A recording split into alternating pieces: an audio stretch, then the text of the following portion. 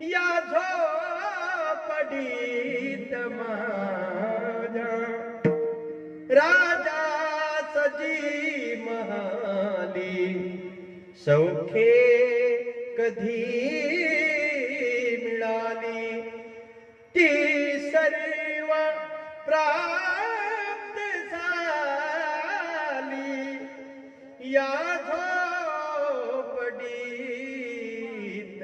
माझ्या.